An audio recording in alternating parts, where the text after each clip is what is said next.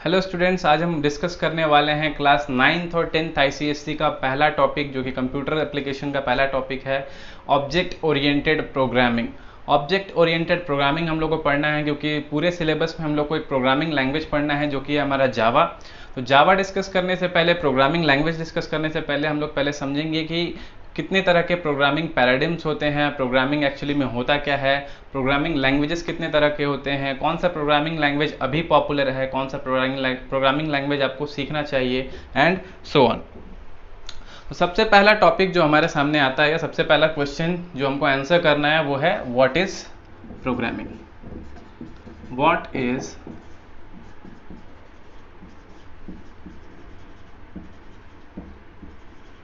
Programming. अगर आप पहली बार कोई प्रोग्रामिंग लैंग्वेज सीखने जा रहे हैं, या इससे पहले कोई भी प्रोग्रामिंग लैंग्वेज आपने नहीं सीखा हुआ है, किसी भी तरह का प्रोग्रामिंग नहीं किया हुआ है, तो सबसे पहले आपके दिमाग में यही क्वेश्चन आएगा कि प्रोग्रामिंग होता क्या है। उसके बाद हम लोग धीरे धीरे आगे के टॉपिक्स पर चलेंगे, जो कि प्रोग्रामिंग पैराडिम्स है, उसके अलावा कितने तरह के प्रोग्रामिंग लैंग्वेजेस होते हैं, कैसे प्रोग्रामिंग से हम लोग इंटरैक्ट कर सकते हैं कंप्यूटर सिस्टम से। तो इस क्वेश्चन का आंसर क्या होगा, व्हाट इज प्रोग्रामिंग। यहाँ पे बहुत सिंपल वर्ड्स में मैं लिख देता हूँ, प्रोवाइडिंग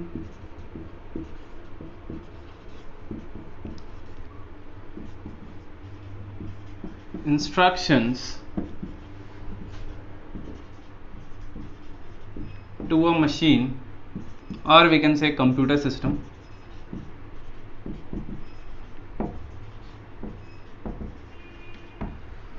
सबसे सिंपल लैंग्वेज में प्रोग्रामिंग को हम लोग कैसे डिफाइन कर सकते हैं कि programming is providing instructions to a machine और अ कंप्यूटर सिस्टम।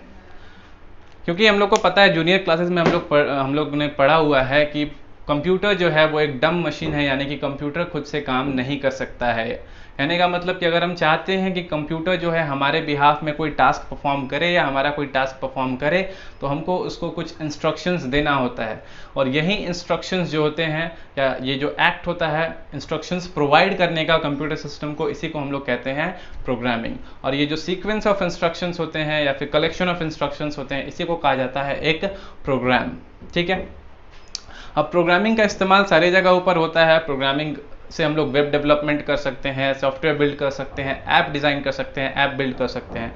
सारे जगहों पर प्रोग्रामिंग का इस्तेमाल किया जाता है। लेकिन ये जो प्रोग्रामिंग लैंग्वेज होता है वो डिफरेंट इस्तेमाल किया जाता है, क्योंकि हर एक पर्पज़ के लिए अलग अलग प्रोग्रामिंग लैंग्वेजेस अवेलेबल हैं। ठीक है। हम लोग जो लैंग्वेज डिस्कस करने वाले हैं वो है जावा।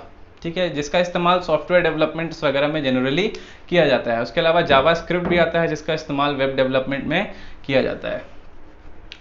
अब प्रोग्रामिंग का अगर हम लोग बात करें, तो प्रोग्रामिंग वर्ड सुनते ही आपके दिमाग में आता होगा कि प्रोग्रामिंग का मतलब हो गया कि पेज बाय पेज हम लोग लंबा लंबा कोड लिखते जा रहे हैं, कोडिंग करना होगा, बहुत टफ कोडिंग करना होगा, तब जाके एक प्रोग्राम तैयार होगा। तो जनरली ऐसा ही होता है। लेकिन प्रोग्रामिंग अगर हम लोग सिंपल वर्ड्स में समझें, तो प्रोग्रामिंग बहुत आसान भी हो सकता है। फॉर एग्जांपल, अगर आप रिमाइंडर सेट कर रहे हैं अपने फ़ोन में किसी भी चीज़ का, तो उसे भी हम लोग प्रोग्रामिंग ही कहेंगे। प्रोग्रामिंग का मतलब हो गया कि किसी भी डिवाइस को, किसी भी कंप्यूटर सिस्टम को या किसी भी दूसरे डिवाइस को, छोटे मोटे डिवाइस को इंस्ट्रक्शंस प्रोवाइड करना, ताकि वो आपके अकॉर्डिंगली वर्क कर सके। इसे ही हम कहते हैं प्रोग्रामिंग। तो अगर आप किसी रिमोट कंट्रोल से अपने एयर कंडीशनर को कंट्रोल कर रहे हैं, अपने टेलीविज़न को कंट्रोल कर रहे हैं, या फिर अपने फ़ोन पे रिमाइंडर सेट कर रहे हैं, या उसमें कुछ इंस्ट्रक्शंस आप डाल रहे हैं ताकि वो आपके अकॉर्डिंगली वर्क करे, तो इसे ही हम कहेंगे प्रोग्रामिंग। अब आ जाते हैं हम लोग छोटे से कॉन्सेप्ट पे कि प्रोग्रामिंग हम लोग को किस लेवल पर करना होगा, यानी कि कौन सा ये 3 बेसिक स्टेप्स है जिस पे कोई कंप्यूटर सिस्टम काम करता है, ताकि वो कोई भी टास्क ईजी से ईजी और टफ से टफ टास्क परफॉर्म कर सके। तो सेकेंड यहाँ पर जो क्वेश्चन आता है हमारे पास, वो है how a computer system works. कोई भी कंप्यूटर सिस्टम, चाहे वो डेस्कटॉप कंप्यूटर हो, चाहे वो लैपटॉप हो, वो किस तरह से काम करता है। तो कोई भी मशीन, अगर हम सिंपल मशीन्स का भी बात करें, जैसे कि कैलकुलेटर हो गया, तो वो भी 3 बेसिक स्टेप पर ही काम करता है, जो जिसमें पहला स्टेप हमारा आता है इनपुट, देन हमारा आता है प्रोसेसिंग, उसके बाद आता है आउटपुट। तो किसी भी टास्क को परफॉर्म करने के लिए कंप्यूटर सिस्टम जो है वो तीन बेसिक या मेजर स्टेप्स में काम करता है, जो कि हमारा इनपुट, प्रोसेसिंग एंड आउटपुट। अब ये इनपुट वाला पार्ट जो है यहीं पर आता है रोल प्रोग्रामिंग का, यानी कि इनपुट में हम लोग प्रोवाइड करते हैं कंप्यूटर सिस्टम को डेटा एंड इंस्ट्रक्शंस। डेटा क्या है? डेटा है हमारा raw facts and figures. For example जो अल्फाबेट्स हो गए, जो नंबर्स हो गए, जो नेम्स हो गए, इस तरह के रॉ फैक्ट्स एंड फिगर्स को हम लोग कहते हैं डेटा। अगर हम कोई भी डेटा एंटर कर रहे हैं, कहने का मतलब कि हम नंबर्स एंटर कर रहे हैं, चाहे वो न्यूमेरिक वैल्यूज हो, चाहे वो अल्फाबेटिकल वैल्यूज हो, चाहे वो अल्फा न्यूमेरिक हो, यानी कि मिक्सचर हो अल्फाबेट्स और नंबर्स का, तो उसे हम डेटा कहेंगे। और उसके साथ साथ डेटा के साथ साथ हम लोग को प्रोवाइड करना होता है कुछ इंस्ट्रक्शंस, ताकि कंप्यूटर को समझ में आए कि इस डेटा के साथ करना क्या है। फॉर एग्जाम्पल एक छोटे से एग्जाम्पल से मैं यहाँ पे समझाता हूँ आपको। 2 + 3 = 5। अभी एक छोटा सा टास्क है जो एक कैलकुलेटर भी परफॉर्म कर सकता है, हालांकि यही टास्क आप परफॉर्म कर सकते हैं कंप्यूटर सिस्टम के साथ भी। तो जो फर्स्ट जनरेशन कंप्यूटर हुआ करते थे, काफ़ी बड़े बड़े, एक रूम के जितने बड़े, जिनको एयर कंडीशनर से ठंडा रखा जाता था, और वो टास्क क्या परफॉर्म करते थे? इसी तरह के सिंपल कैलकुलेशंस। तो ये सिंपल कैलकुलेशंस वहीं से आ रहा है, जो पहले बड़े बड़े कंप्यूटर्स परफॉर्म करते थे और अब छोटे से छोटा कैलकुलेटर भी परफॉर्म कर लेता है। तो अब यहाँ पर 2 + 3, ये 2 और 3 जो है ये है हमारा नंबर्स, यानी कि न्यूमेरिक वैल्यूज, जिसे हम कहेंगे डेटा। अगर हम सिर्फ कंप्यूटर सिस्टम में या कैलकुलेटर में 2 और 3 एंटर कर दें तो क्या हमको डिजायर्ड आउटपुट मिलेगा? अगर आप सम निकालना चाहते हैं 2 और 3 का, और आप सिर्फ एंटर करें 2 और 3, तो क्या आपको रिजल्ट में 5 मिलेगा? बिल्कुल नहीं मिलेगा। यहां पर आपको डेटा के साथ साथ प्रोवाइड करना होगा इंस्ट्रक्शन। तो यहां पे जो प्लस का साइन है ये क्या है? इंस्ट्रक्शन है, जो कि इंस्ट्रक्ट करेगा कंप्यूटर सिस्टम को कि इस डेटा के साथ करना क्या है, यानी कि जो डेटा अवेलेबल है 2 और 3, इसको ऐड करना है। और फाइनली प्रोसेसिंग के बाद ये जो 5 नंबर आपको दिख रहा है, ये होगा आपका फाइनल रिजल्ट, यानी कि आउटपुट। तो ये तो हो गया बेसिक सा एग्जांपल, जिससे मैंने समझाने की कोशिश की है कि कंप्यूटर सिस्टम कैसे 3 बेसिक स्टेप्स पर, एलिमेंट्री स्टेप्स पर काम करता है। हालांकि इस तरह के सीक्वेंस ऑफ इंस्ट्रक्शन आपको लिखने होंगे एक प्रोग्राम बिल्ड करने के लिए, एक प्रोग्राम बनाने के लिए। आप अगर सॉफ्टवेयर डिज़ाइन करना चाहते हैं, एप्लीकेशन डिज़ाइन करना चाहते हैं, हालांकि हमारा जो सिलेबस है उसका स्कोप इतना ज़्यादा नहीं है। हमारे सिलेबस में बस छोटे मोटे प्रोग्रामिंग पैटर्न्स के बारे में हम लोगों को पढ़ना है। उसके अलावा छोटे मोटे कॉन्सेप्ट्स को डील करना है, जैसे कि एरे हो गया, स्ट्रिंग हो गया। हायर लेवल पे जो हम लोग प्रोग्रामिंग करते हैं उसमें और भी कई सारी चीज़ें पढ़नी पड़ती हैं हम लोग को, एप्लेट्स वगैरह के बारे में, वो सब हम लोग बाद में डिस्कस करेंगे। तो ये मैं समझाने की कोशिश कर रहा था कि कैसे हम लोग इंस्ट्रक्शन प्रोवाइड करके कंप्यूटर सिस्टम को बता सकते हैं कि किसी टास्क को कैसे परफॉर्म करना है। अब हम लोग आ जाते हैं अपने अगले टॉपिक पर। अगला टॉपिक है हमारा why do we need programming. Programming का इतना इंपॉर्टेंस क्यों है? ठीक है, तो प्रोग्रामिंग का हम लोग इस्तेमाल करते हैं कम्युनिकेट करने के लिए या फिर इंटरैक्ट करने के लिए कंप्यूटर सिस्टम के साथ में। कंप्यूटर सिस्टम जो है वो अपना लैंग्वेज समझता है, जिसे हम कहते हैं मशीन लैंग्वेज या फिर बाइनरी लैंग्वेज के बारे में भी आपने सुना होगा, जो कि होता है sequence of bits 0 and 1। Computer language हमारा लैंग्वेज नहीं समझ सकता है, हम कंप्यूटर के लैंग्वेज को उतनी अच्छे से नहीं समझ सकते हैं। हालांकि हम लोग 0 और 1 के सीक्वेंस को जानते हैं, लेकिन 0 और 1 के सीक्वेंस में प्रोग्रामिंग करना काफ़ी टफ हो जाएगा। पहले इसी तरह से प्रोग्रामिंग किया जाता था जब लो लेवल लैंग्वेजेस अवेलेबल थे, जैसे कि मशीन लैंग्वेज या फिर असेंबली लैंग्वेजेस। उस टाइम पर आपको कंप्यूटर के लैंग्वेज में ही प्रोग्रामिंग करना होता था। लेकिन आजकल हाई लेवल लैंग्वेजेस आ गए हैं, जैसे कि जावा। तो ये लैंग्वेजेस जो है थोड़े ज़्यादा यूज़र फ्रेंडली है, तो हमको मशीन लैंग्वेज समझने का ज़रूरत नहीं है। हम लोग को समझना होगा जावा, और जावा जो है वो हमारे बिहाफ में इंटरैक्ट करेगा कंप्यूटर सिस्टम के साथ। तो सबसे मेन पर्पस जो सर्व करता है प्रोग्रामिंग, वो है हमारा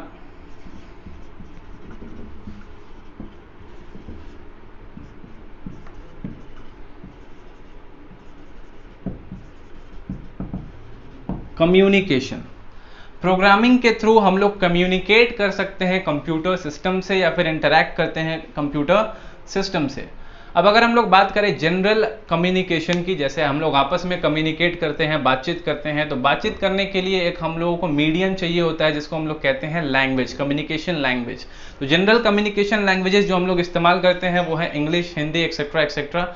वैसे ही कंप्यूटर सिस्टम के साथ इंटरेक्ट करने के लिए या फिर कम्युनिकेट करने के लिए हमें एक लैंग्वेज की जरूरत पड़ती है जिसे हम कहते हैं कंप्यूटर लैंग्वेज। ठीक है, तो अब ये कम्युनिकेशन में होता क्या है, अगर कम्युनिकेशन को हम लोग डिटेल में समझे तो कम्युनिकेशन में हम लोग प्रोवाइड करते हैं इंस्ट्रक्शंस और हम लोग एक्सचेंज करते हैं अपने थॉट्स को। अगर हम लोग किसी दूसरे पर्सन के साथ कम्युनिकेट करते हैं, फॉर एग्जांपल अगर कोई आके आपसे कहीं का एड्रेस पूछता है तो आप कैसे बताएंगे कि पहले आपको सीधे जाना है, फिर लेफ्ट लेना है, फिर राइट लेना है, फिर एक और लेफ्ट लेना है। तो इस तरह के इंस्ट्रक्शंस को ही हम लोग क्या कहते हैं, प्रोग्रामिंग कहते हैं, या फिर किसी को इंस्ट्रक्शंस प्रोवाइड करना। उसी तरह से सेम तरीके से जब हम लोग कम्युनिकेट करेंगे कंप्यूटर सिस्टम के साथ तो भी हम लोग इंस्ट्रक्शंस प्रोवाइड करेंगे कि कंप्यूटर को स्टेप बाय स्टेप पहले कौन सा टास्क परफॉर्म करना है, उसके बाद कौन सा टास्क परफॉर्म करना है, एंड सो ऑन। हालांकि यहाँ पर एक डिफरेंस है जनरल कम्युनिकेशन में और कंप्यूटर के साथ कम्युनिकेट करने में, क्योंकि कंप्यूटर के साथ कम्युनिकेट करने में आपको थोड़ा सा प्रिसाइज होना होगा। अगर आप नॉर्मल कम्युनिकेशन में या जनरल कम्युनिकेशन में किसी दूसरे के साथ कम्युनिकेट करते वक्त कुछ गलत बोल देते हैं तो भी वो समझ जाएगा कि आप क्या कहना चाहते हैं। ठीक है, लेकिन अगर कंप्यूटर के साथ आप कम्युनिकेट कर रहे हैं किसी प्रोग्रामिंग लैंग्वेज के थ्रू तो यहाँ पर गलती आप नहीं कर सकते हैं, सिंटैक्स एरर वगैरह नहीं कर सकते हैं, क्योंकि फिर पूरा प्रोग्राम जो है वो आपका बेकार हो जाएगा। यानी कि यहाँ पर प्रिसीजन का बहुत इंपॉर्टेंस है, यानी कि आपको प्रिसाइज होना पड़ेगा, इंस्ट्रक्शंस को डिटेल में प्रोवाइड करना पड़ेगा। इसी वजह से प्रोग्राम्स जो होते हैं उनको उनका कोड जो होता है वो इतना लंबा लंबा होता है या फिर इतना बड़ा बड़ा होता है। छोटे मोटे प्रोग्राम्स भी अगर आप बनाना चाहेंगे तो आपको बहुत लंबा कोडिंग करना होगा, क्योंकि यहाँ पर प्रिसीजन रखना पड़ता है और जो इंस्ट्रक्शंस प्रोवाइड करने पड़ते हैं वो बहुत डिटेल में करने पड़ते हैं। अब हम लोग आ जाते हैं अपने नेक्स्ट टॉपिक पर, जो कि हमारा programming languages. Programming languages discuss करेंगे हम लोग।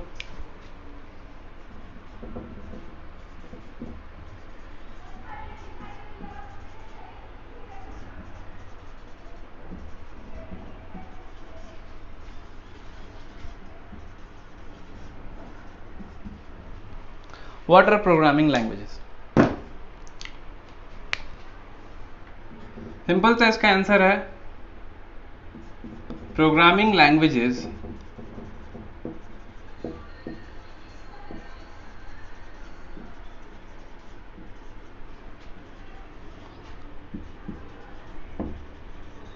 are the medium to interact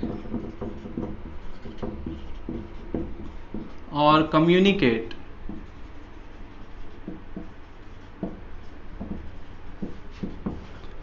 with a computer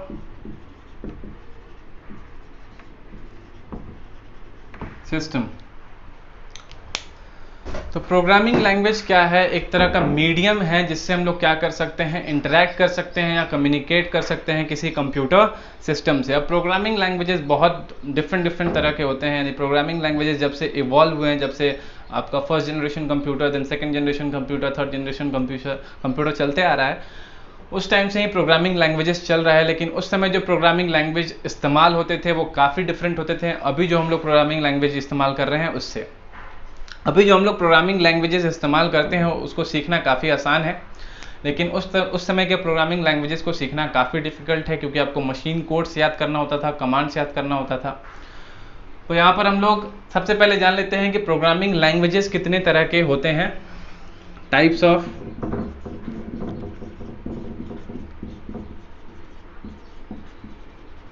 programming languages, कितने तरह के प्रोग्रामिंग लैंग्वेजेस होते हैं, किस किस कैटेगरी में हम उनको डिवाइड कर सकते हैं। हम लोग जो प्रोग्रामिंग लैंग्वेज पढ़ने वाले हैं जावा, वो किस कैटेगरी में फॉल करता है? तो अगर प्रोग्रामिंग लैंग्वेजेस का बात करें हम लोग तो दो मेजर कैटेगरीज है जिसमें डिवाइड किया जाता है सारे प्रोग्रामिंग लैंग्वेजेस को, चाहे वो कोई भी प्रोग्रामिंग लैंग्वेज हो। पहला कैटेगरी जो आता है हमारा वो है LLL, जो कि हमारा low level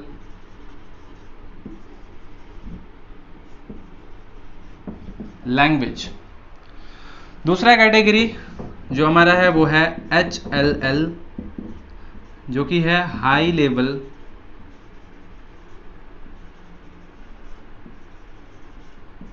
language.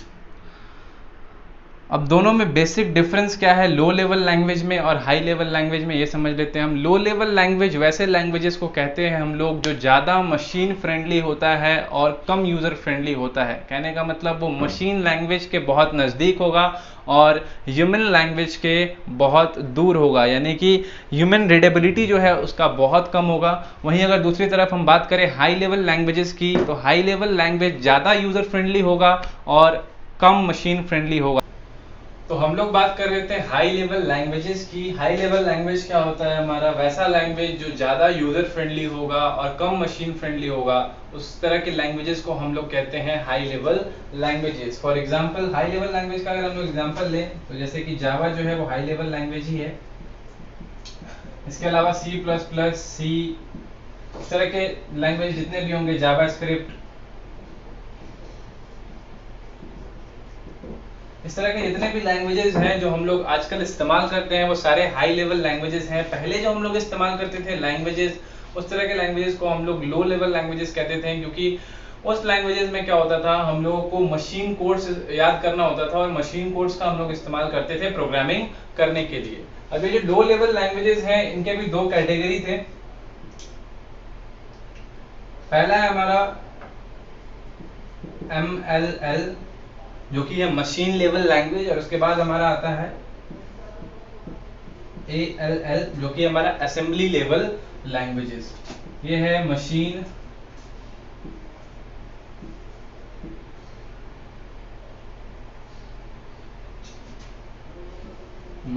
Level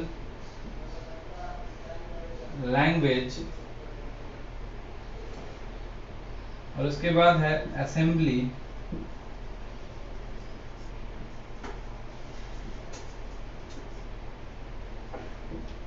level language. Machine level languages में जो प्रोग्रामिंग होता था वो बाइनरी नंबर सिस्टम पर होता था, यानी कि हम लोग को सीक्वेंस ऑफ बिट्स में 0 और 1 में प्रोग्रामिंग करना होता था, तब जाके कंप्यूटर सिस्टम को समझ में आता था कि कौन सा टास्क परफॉर्म करना है। उसके बाद थोड़ा सा डेवलप्ड लैंग्वेज आया assembly level languages. Assembly level languages हम लोगों को कमांड प्रोवाइड करना होता था कंप्यूटर सिस्टम को। For example move, jump, exit, इस तरह के कमांड्स हम लोग इस्तेमाल करते थे। जैसा कमांड्स हम लोग MS DOS पर इस्तेमाल करते हैं डिस्क ऑपरेटिंग सिस्टम पर, उसी तरह के similar commands assembly level language में हुआ करते थे। उसके बाद जब प्रोग्रामिंग लैंग्वेज और ज्यादा डेवलप हुए तो हमारा आया high level language. High level language में ये जो लैंग्वेज है वो इंग्लिश लैंग्वेज पर बेस्ड है। कहने का मतलब है कि हम लोग इसको रीड कर सकते हैं आसानी से और ये मशीन को भी समझ में आ जाता है। लेकिन हाई लेवल लैंग्वेजेस में क्या है, हाई लेवल लैंग्वेज में हम लोगों को बीच में चाहिए होता है एक मॉडरेटर जो कि इस लैंग्वेज को कन्वर्ट करे मशीन लैंग्वेज में। वो मॉडरेटर्स हमारे होते हैं कंपाइलर्स एंड इंटरप्रेटर्स। कंपाइलर्स और इंटरप्रेटर्स को भी हम लोग डिस्कस करने वाले हैं डिटेल में नेक्स्ट चैप्टर में।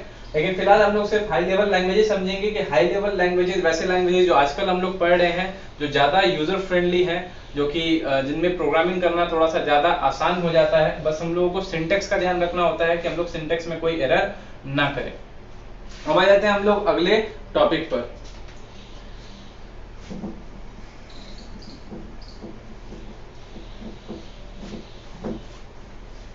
अगला टॉपिक है हमारा टाइप्स ऑफ प्रोग्रामिंग पैटर्न्स, या फिर जिसको हम लोग कहते हैं types of programming paradigms. Types of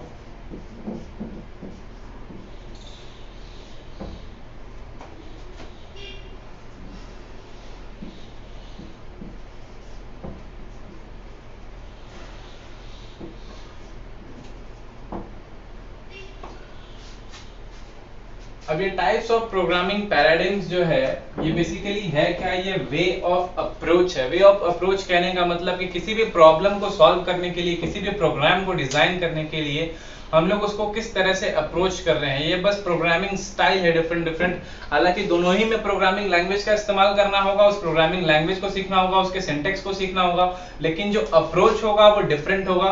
कहने का मतलब कि जो हम लोग अप्रोच इस्तेमाल करेंगे प्रोसीजरल ओरिएंटेड प्रोग्रामिंग में, वो उससे डिफरेंट होगा जो हम लोग इस्तेमाल करेंगे ऑब्जेक्ट ओरिएंटेड प्रोग्रामिंग में।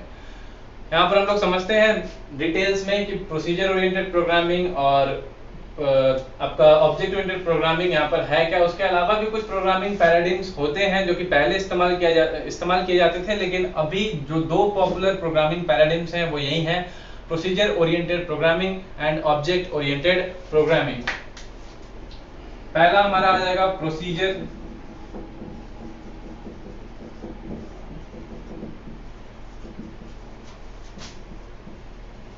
ओरिएंटेड प्रोग्रामिंग, दूसरा है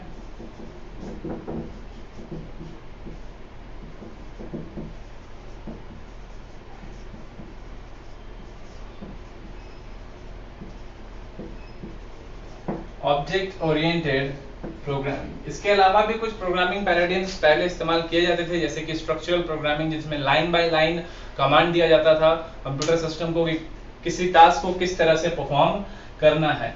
जिन लोगों को प्रोग्रामिंग पैराडिग्म्स अभी भी क्लियर नहीं है, फिर से मैं बता देता हूं कि प्रोग्रामिंग पैराडिग्म है क्या। ये बेसिकली वे ऑफ अप्रोच है या वे ऑफ थिंकिंग है कि किसी प्रॉब्लम को हम लोग किस तरह से सोच रहे हैं, ठीक है, इस प्रॉब्लम को सॉल्व करने के लिए किस तरह का अप्रोच हम लोग शो कर रहे हैं। तो इसमें जो अप्रोच यूज होता है वो डिफरेंट होता है किससे, ऑब्जेक्ट ओरिएंटेड प्रोग्रामिंग से। ऑब्जेक्ट ओरिएंटेड प्रोग्रामिंग जो है वो फोकस करता है डेटा पर, लेकिन प्रोसीजर ओरिएंटेड प्रोग्रामिंग जो है वो फोकस करता है फंक्शंस पर।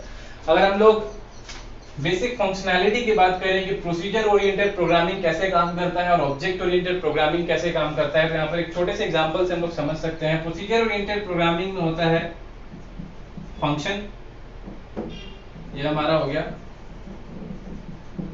फंक्शन, और इसके साथ होगा डेटा। एक और फंक्शन हम लोग बना सकते हैं यहाँ पर, अगेन डेटा।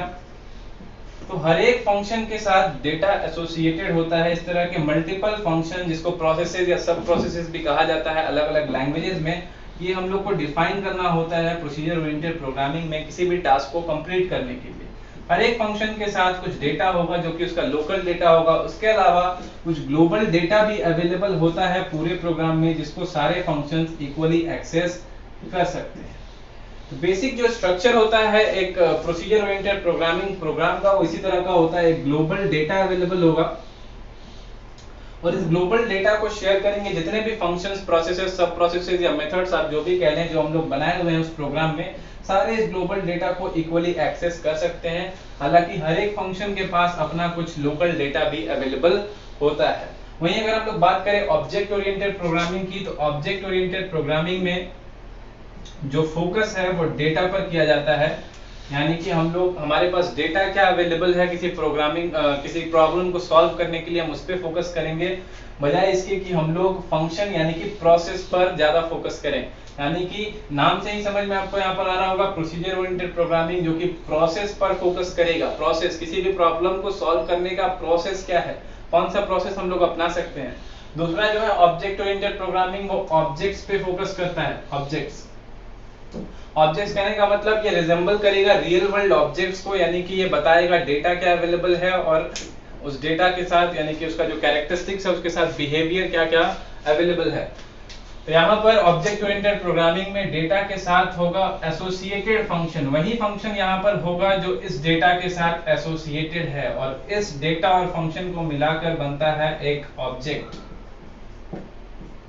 ये ऑब्जेक्ट जो है वो रियल वर्ल्ड ऑब्जेक्ट को रिजेंबल करता है, जिसके वजह से इसमें जो प्रोग्रामिंग है वो काफी ज्यादा आसान हो जाता है। इसमें जो सिस्टमैटिक ऑर्डर में लाना किसी भी प्रोग्राम को, वो काफी ज्यादा आसान हो जाता है। अगर हम लोग बड़े बड़े प्रोजेक्ट्स पर काम कर रहे हैं तो ये ज्यादा यूजर फ्रेंडली होगा ऑब्जेक्ट ओरिएंटेड प्रोग्रामिंग। वहीं पर ये जो प्रोसीजर ओरिएंटेड प्रोग्रामिंग है वो थोड़ा सा लेंथी हो जाता है और कंफ्यूजिंग हो जाता है, क्योंकि सारे फंक्शन जो है वो आपस में इंटरैक्ट कर सकते हैं। फॉर एग्जाम्पल यहाँ पर अगर मैं एक फंक्शन 1, फंक्शन 2, फंक्शन 3, फंक्शन 4 इस तरह के फंक्शंस पे बेस्ड अगर एक प्रोग्राम बनाता हूं और सारे फंक्शंस आपस में इंटरैक्ट कर सकते हैं, तो बड़े प्रोजेक्ट्स पर काम करना काफी मुश्किल हो जाता है, क्योंकि इस तरह के प्रोग्रामिंग पैराडिग्म्स में जो कॉम्प्लेक्सिटी है वो काफी ज्यादा होती है। लेकिन अगर ऑब्जेक्ट ओरिएंटेड प्रोग्रामिंग का बात करें तो ये सिंपलर प्रोग्राम्स के लिए भी और बड़े बड़े प्रोजेक्ट्स के लिए भी काफी आसान है, क्योंकि इसमें कॉम्प्लेक्सिटी कम देखने को मिलेगी आपको। ऑब्जेक्ट्स यहाँ पर आप बना सकते हैं डिफरेंट डिफरेंट, जिसको हम लोग कंसिडर कर सकते हैं एज मिनी प्रोग्राम्स। यहाँ पर हर एक ऑब्जेक्ट जो है वो एक मिनी प्रोग्राम की तरह काम करेगा। फॉर एग्जांपल ये ऑब्जेक्ट 1, ये ऑब्जेक्ट 2, इसके भी अंदर भी कुछ डेटा होगा और इसके अंदर भी कुछ एसोसिएटेड फंक्शन होगा। अब ये ऑब्जेक्ट्स आपस में कम्युनिकेट कर सकते हैं फंक्शंस के थ्रू, जिसको हम लोग कहते हैं मैसेज पासिंग। मैसेज पासिंग के थ्रू ये ऑब्जेक्ट जो है वो आपस में इंटरैक्ट करते हैं और जो प्रोग्रामिंग है वो काफी ज्यादा आसान बना देते हैं।